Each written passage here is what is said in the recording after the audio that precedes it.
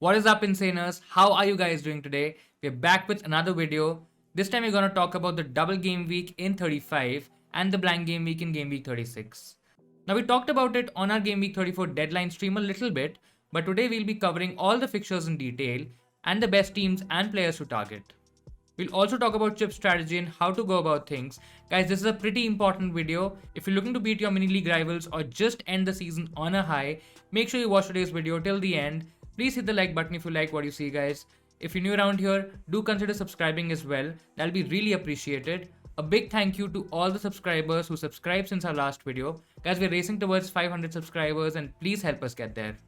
Great, with that, let's get into today's video and we'll start with the fixture planner. We've tried to make a concise table which will help you understand different teams and their fixtures who have a double game week in game week 35, a blank in 36, along with every fixture in game week 37 and 38. We've listed the team names on the extreme left and they're not listed in any particular order.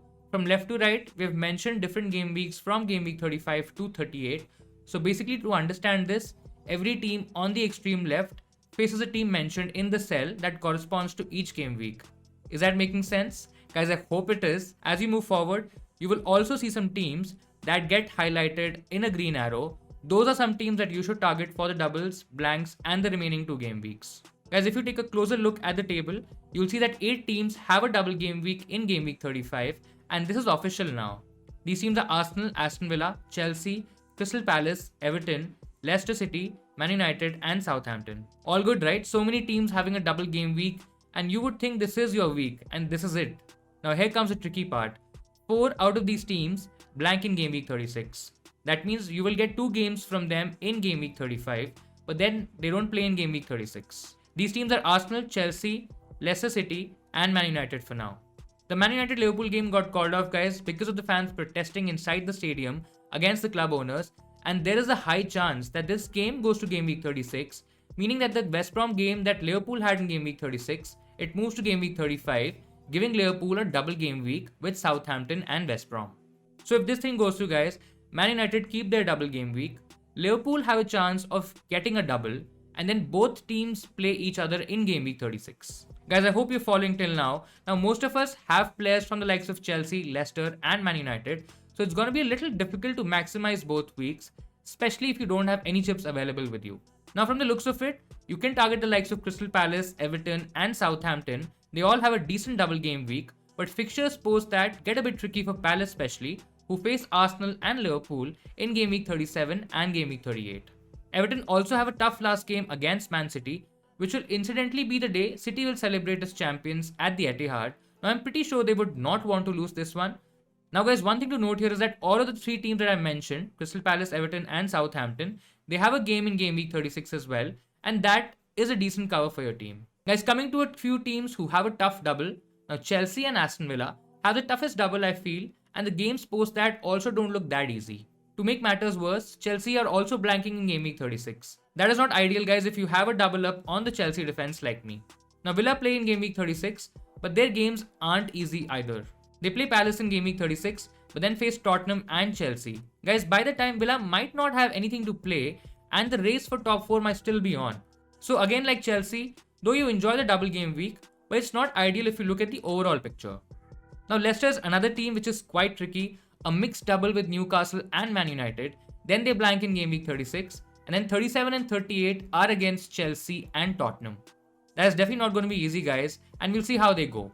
Now, I would like to believe that Man United and Arsenal are on the favourable side at least, but to complicate things, both teams have a midweek Europa League game before the game week, so expect some amount of rotation in the first game of the double at least. The same applies to Chelsea too, who have a Champions League game against Madrid. Now, guys, there are some consistent teams as well who don't double or blank and could essentially be the backbone of your team from now till the end of the season. We've included Liverpool for now as a double is still not confirmed, but Leeds, Man City and Tottenham are the ones to target here. Guys, Leeds are trying to finish as high as possible in the league, and Spurs and Liverpool are still in the race for top 4. Also, none of them are playing any other competitions, so the focus will entirely be on the Premier League. Man City is also an interesting one, guys, because there's a lot of rotation that Pep generally does, so it'll be very tricky to pick a few assets from them. Now guys, we've spoken about a few teams and which ones to target and avoid. Now let's look at them individually along with some of the best players you can go for. We'll start with the most attractive teams and gradually move towards the blanking teams and then the teams with a single game and talk about what to do with them. Our first team here is Everton. Now their form hasn't been that great, only one win in their last 5 games. Not ideal, but the losses are also just one, so there is some scope there. When we look at the Everton squad guys, there are a few players that stand out and let's look at their defense first. Now we have Pickford in goal. I feel he's pretty much back in the Everton goal. Now he's made a few mistakes, but overall he's been okay. 7 clean sheets, they don't give a great reading, but Everton in general haven't kept a lot. Only 9 for the season. Now guys, he's also not very high in terms of the saves department, but the price you're paying for him is pretty good. Plus his ownership is less than 5% at the time of recording this video, so he could be a really good differential with those fixtures coming up. Then we have the two defenders, Lucas Dean and Seamus Coleman. If I have the budget guys, I personally would go for Dean. He's a regular starter in the Everton team. His goal threat is not much, but his creative numbers are okay. He's in the top 5 defenders for chances created over the last 6 game weeks. Now when it comes to big chances, he's joint top with Trent over the same period.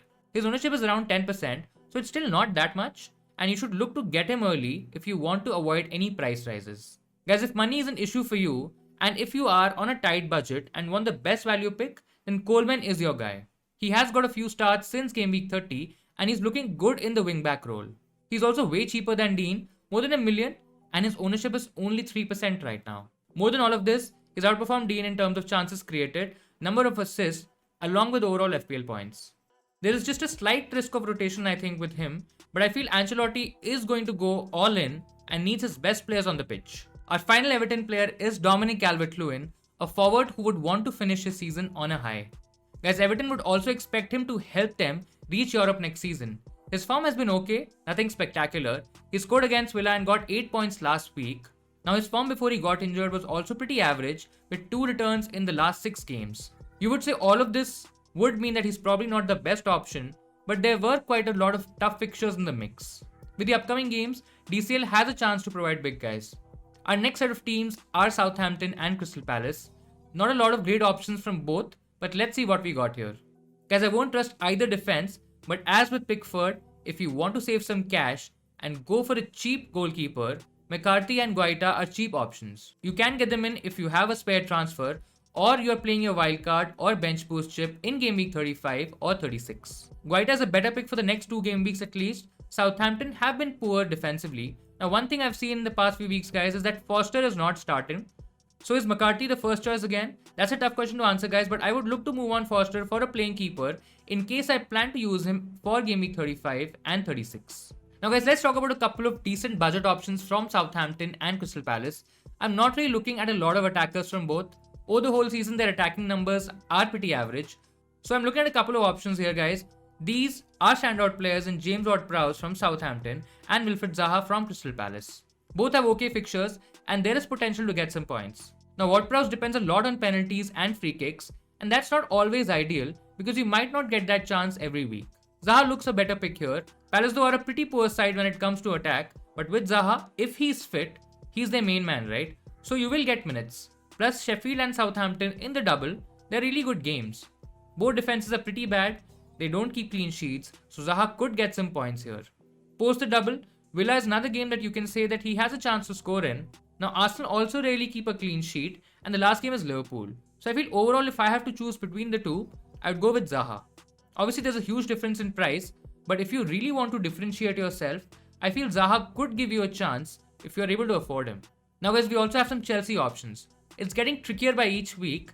Now Chelsea are yet to play their game against Real Madrid at the time of recording this video, but it's a difficult situation to be in. One area a lot of managers have invested when we talk about is their defense. I personally have a double up on the Chelsea defense with Mendy and Rudiger. Guys, Mendy looks like one of the safest options in the Chelsea defense. I know he was rested for one of the league games, but the Madrid game is not during the double game week, and there's a high chance that he plays both games. Guys, he's a good keeper. Chelsea's defense is definitely the best in the league since Tuchel took over, so there is good potential there. One thing to note here is that their double is not that great though. Man City away will be tough, and the second game is Arsenal, so probably the toughest run among all teams. Things don't become easy post the double as well, so I'd not look to get Mendy in. But yeah, if you have him, play him in the double, no point of taking a hit for this transfer as there won't be much upside. Looking at the defenders, it's again a risky bet. I mean, everybody's getting rotated, right? A few players have picked up injuries and knocks, so it's a tricky one.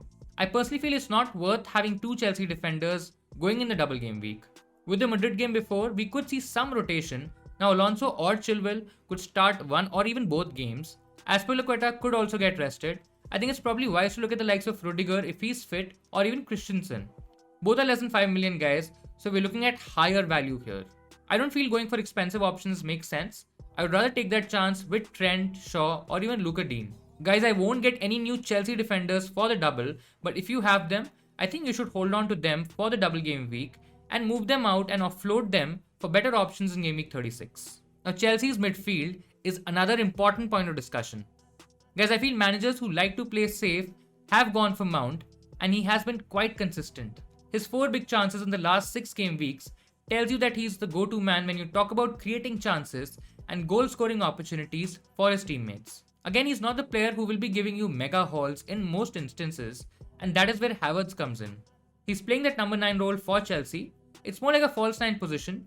He provides more than decent goal threat, but again, how much will he feature every week? That's up for debate. Now with Mount, you will get the assurance in terms of starts and a consistent performer. Havertz is for those who are looking to take a few risks and go a bit differential. Guys, these are the attackers to target. Again, it's a hold if you have them. I'd probably take a punt on the likes of Sigurdsson, Zaha, or even Jota if that Liverpool double comes off. Next team that we are looking at is Aston Villa. A lot of managers have the likes of Martinez and Watkins even target as one of their defenders. Now guys, the issue with Aston Villa is that their double is not that good. I mean, they beat Everton last time, but they're still a good team, and the pressure will be on Ancelotti to get a result. The other game is Man United, who also have a pretty stable defense. Again guys, Martinez is a hold. Clean sheet potential doesn't look that strong, but he can still give you some save points. The fixtures after that are a bit tricky, so if you are on a wildcard, then there are probably better options in Pickford or even Guaita from Palace, but otherwise you can hold him. Watkins is also an interesting one. I think he's worth keeping if you don't have any chips left. He has been silently getting those attacking returns without exploding the FPL scene. I mean, if you have a free hit, I'd probably prefer Iheanacho or even DCL, but you don't sell Watkins before the double game week. Guys, if you want to go differential, you can get in the likes of El Ghazi or even Traore, but with so many good midfield options, I would not look at these options even if I want to differentiate from the others. Our next team is Leicester City, and we'll start with their defense. Guys, you could target the likes of Castagna and Fofana. Now Fofana, if you are on a tight budget and want to play it safe, the attacking alternative to this is Castagna, who's almost a million more than Fofana, but his attacking numbers tell you that he's worth looking at. Castagna provided a decent goal threat, and his 7 chances created ranks him joint 6th among all defenders in the last 6 game weeks for chances created. I personally feel it's a bit late to get him now. I mean, there is still upside in getting Castagna for the double, but then one of the fixtures is against Man United, and that could be tricky. Again, there is no point of making a sideways move. If you have Fofana or Castagna, you hold them. You probably don't get them in your team now, especially with the blank in 36, and then tough fixtures after that. Guys, I'm not 100% convinced with James Maddison from an FPL point of view. I believe he's an excellent player, no doubt about that, but you can target other players in midfield who provide you a better chance and get more points. You can still look at the likes of Vardy and Iheanacho, especially if you are free hitting in 35. Now Vardy has struggled for goals this season, and the numbers on the screen make a strong case of having Iheanacho in your team. This obviously makes you save a lot of cash, which you can then invest in midfield or even defense. Iheanacho has been brilliant, returning in almost every game in recent memory. Guys, he's cheap, he's super high value, he's scoring goals and he's getting assists. I feel he's a must-have even with the United fixture in their double. The fixtures after that look a bit tricky, and you can replace him for the likes of Antonio in game week 36, who looked solid on his return against Burnley. Like all lesser assets guys, you probably have missed the bus on Iheanacho if you still don't own him, but yeah, he's a good hold for this week. Now let's talk about our next team with a double game week. It's Manchester United. Before we get into specific players, now one advantage of having United players now is that with the Liverpool game being postponed, United have a chance to play in game week 36. Now this is super crucial in deciding what players to target guys. If the Liverpool game is moved to 36, United don't blank at all. They play Villa and Leicester in game week 35, and then 36 is Liverpool. So not ideal for 36, but it's still a game at the end of the day. Now the defense could benefit from this. With the games coming thick and fast, you might think there's a slight chance that Shaw gets benched for at least one game. I mean, that's a possibility, right? Especially if Telles comes in the picture. The Europa League squad will tell us a lot, guys. I don't expect Shaw to start that one, but we'll see. If the Liverpool game is in Game Week 36, then he's definitely worth getting in your team even now. His 14 chances created over the last 6 game weeks, guys, that still ranks top among all defenders, having played a couple of games less. Now, if you feel that Shaw is a bit risky and you want to invest in a much safer pick, then you could look at the likes of Harry Maguire.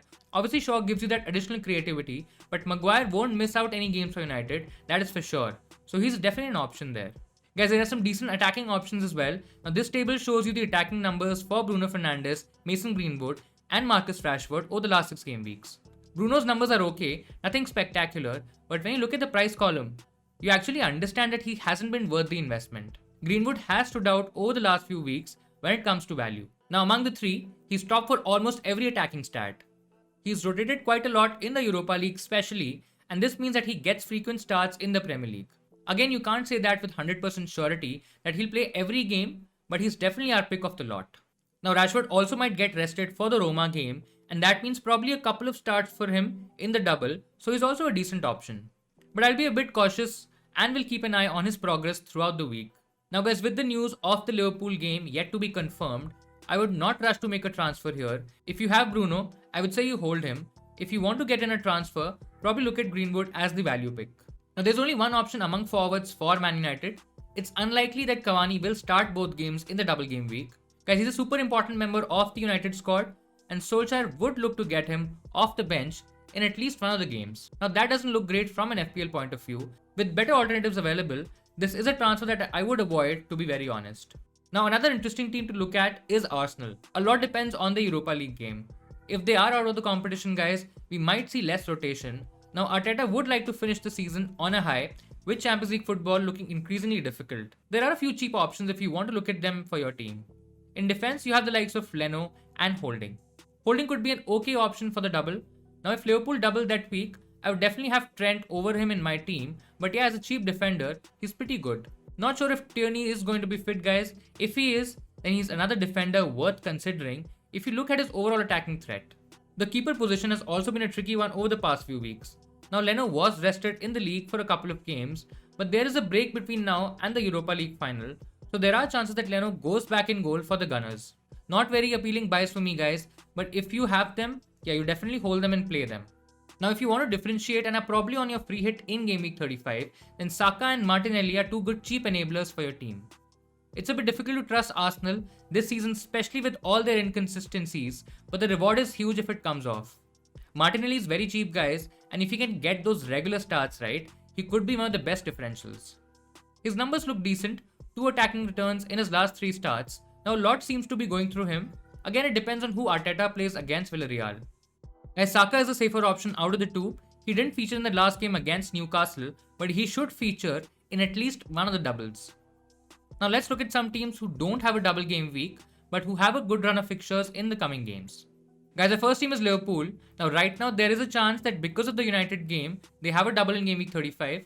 We should get the news before the game week deadline, guys, and I would suggest you to hold your transfers for this week till the very end. It's better to plan for both cases, but if Liverpool get that double, then they're heavy favourites to do well. I mean, Southampton and West Brom, it's pretty good, right? Among defenders, Trent is the best option. No doubt about it. The conversation, guys, should end there. Not much to talk about, but for people who can't afford him, there is Nat Phillips. He looks to be back in the playing 11, and he should start the next set of fixtures for Liverpool. Now triple up with one of Phillips or Trent, Salah, and one of Mane or Jota, it looks set if they have a double. If you have a free hit in game week 35, you could go for Mane too. He has had a poor season, but his numbers over the past 6 game weeks look okay. I won't go for Mane over Salah, but going over Jota and probably balancing it with the Greenwood might be a decent move for the double at least. Mane's ownership is quite low, and it will be even lower in the top 10k, so the advantage is huge, guys. It just depends whether you are okay taking that risk with him and going against the crowd. Guys, the next set of teams are Leeds, Man City and Spurs. Now all of these teams are more from a long-term perspective. Obviously, if you're free hitting in game week 35, you might not want to go for Leeds or even Spurs as they face each other. Guys, Leeds have been a tough team to beat in the past few weeks, especially against the big boys. Even with Bale, Son and Kane, I'm not expecting this to be a really high scoring game, and this could mean good things for both defenses. We start with Leeds, guys, and you have a really high value option in Melior. He's quite cheap as compared to the likes of Mendy and Martinez, plus Leeds concede a lot of chances. Now that means that he will be facing a lot of shots on target and finally translating those into save points. The fixtures are okay, I mean Spurs is tricky, but then Leeds face Burnley, Southampton and West Brom. Seeing their clean sheet potential, you can also target a couple of defenders. A lot of it depends on your team and the budget you have. If you have the money, guys, definitely go for Dallas. He plays in midfield, but he's listed as a defender in the game. He takes a lot of shots. Obviously, his goal threat is way higher than his creative numbers, but if you look at his price, it's pretty awesome to see a defender doing all of this. Let's say if you are tight on budget, then Llorente is also a good option. Guys, he doesn't have the same goal or attacking threat, but he's an assured starter in Bielsa's setup now.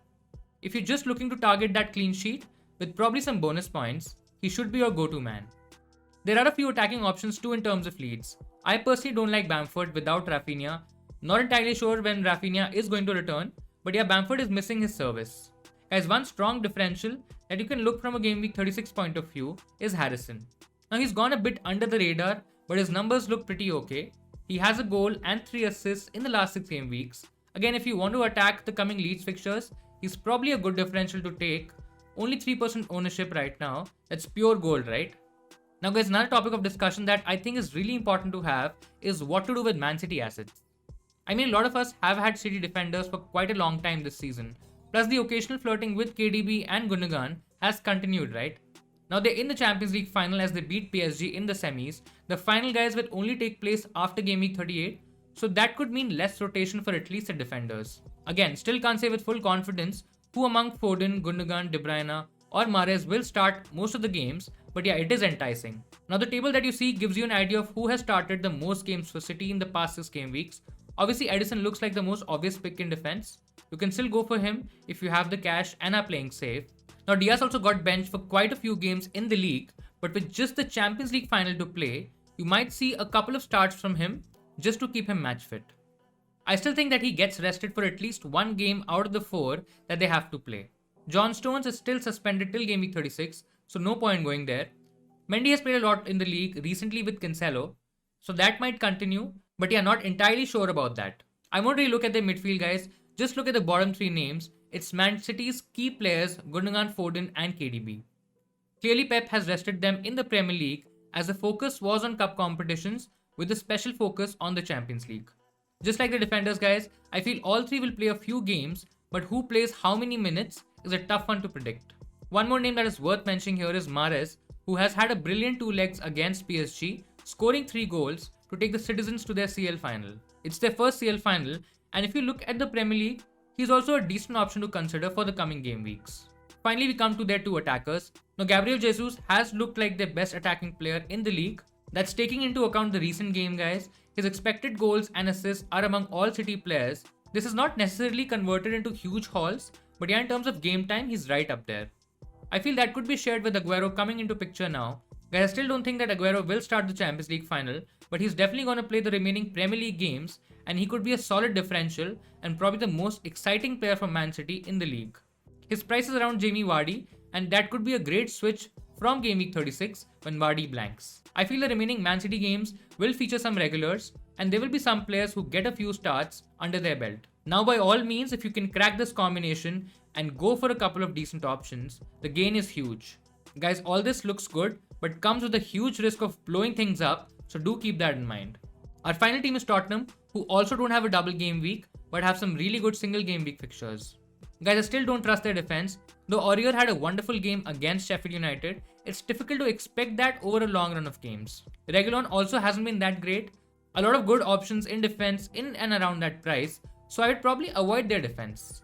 I feel one area where we can definitely focus is their attack. Now, Kane and Son are good popular options with pretty high ownership, but if you want to differentiate, guys, Gareth Bale is probably the best differential in the game right now. We talked about him last week during our regular videos as well as on the stream. Yes, his price is around Son, who's way more nailed in terms of starts. Plus, you can expect a certain amount of consistency when you consider Son. Bale, on the other hand, is more explosive when all 3 play. Bale has a much higher amount of goal threat, with Kane and Son taking more of a creative role when he's on the pitch. Son is definitely more relevant here, guys, with his 13 chances created over the last 6 game weeks.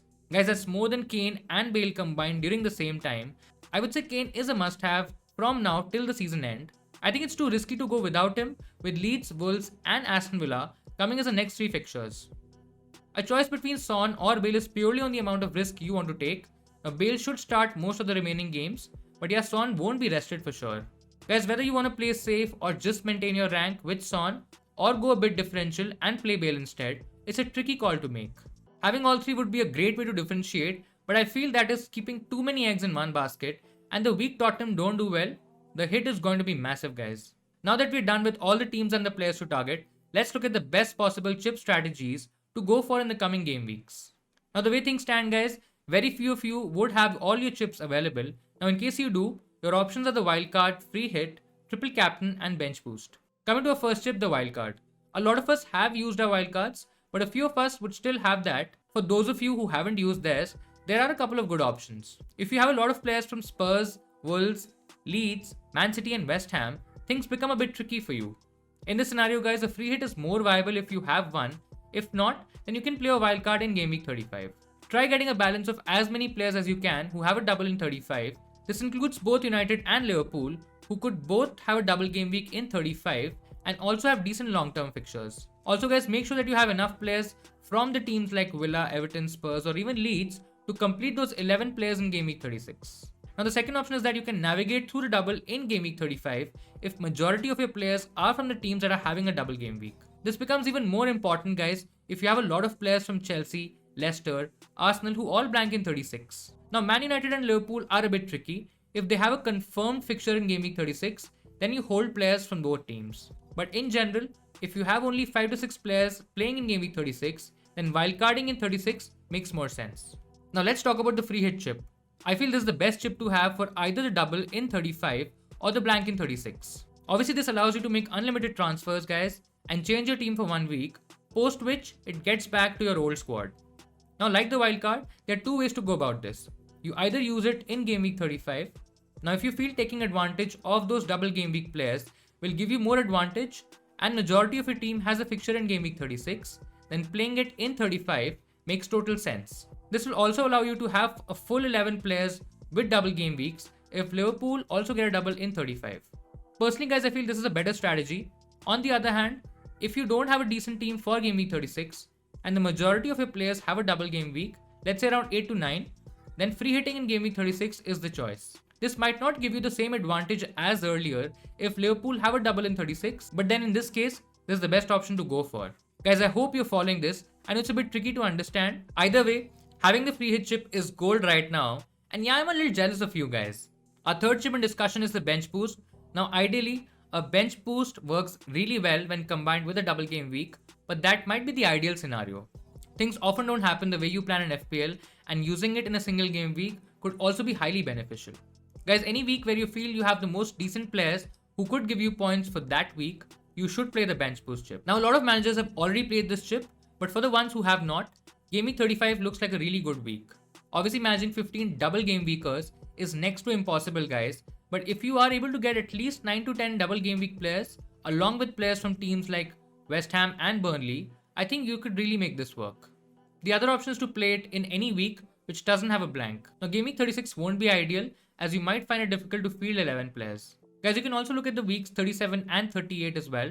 To be very honest, if you can get anywhere between 15 to 20 points, I think you should be happy. There's absolutely no point of taking big hits just to get your bench ready and then playing the chip. Also, guys, don't drop players on the bench that you would otherwise start just to make your bench boost points higher. I mean, it doesn't work like that. Always remember one thing, guys, by doing too much investment on your bench, you might not be utilizing your playing 11 to the fullest. So keep that in mind. Our final chip, guys, is the triple captain chip, and a lot of managers have used it in the huge double game weeks earlier in the season. Now again, as with the bench boost chip, you don't have to play it in a double game week. You can look at game weeks 36 and 38 as well. Spurs have some decent fixtures, so Harry Kane is one option. If you want to differentiate, then Bale during the same weeks or even a punt on Aguero, considering that he's fit, is a bold but a great move. There are some really interesting triple captaincy options coming up in Game Week 35 as well, with Bruno leading the race. Guys, if Liverpool have a double, then Salah without a doubt will be a popular choice. Trent could also be an interesting one, with Liverpool facing Southampton and West Brom. The other options are DCL from Everton, who also has decent fixtures, I think a lot of things depend on the Man United Liverpool game and when it is scheduled, so do wait for that. It is expected to be announced before the deadline, so make sure you hold on to your transfers till then. Guys, it's going to be really important to have all the information with you and then make your final moves for the week. We'll notify about the same on our Insta page once we get the news, so please do keep a check. That'll be all for this video, guys. I know this was a super long one, but it was really important to give you guys a 360 view of what is happening till Game Week 38 and not just Game Week 35. I hope you found all of this information useful, guys. Thank you so much for sticking around till the end. Really appreciate your time. If you liked today's video, guys, please do give it a thumbs up. It took a lot of effort to create this one and your likes would be really appreciated. You can also subscribe to our channel for more updates on FPL. Guys, we will be back tomorrow with our free hit and wildcard drafts for Game Week 35, plus our team selection and the best captain picks for Game Week 35. So make sure you check that out. Keep tinkering till then, and I'll see you insaners next time.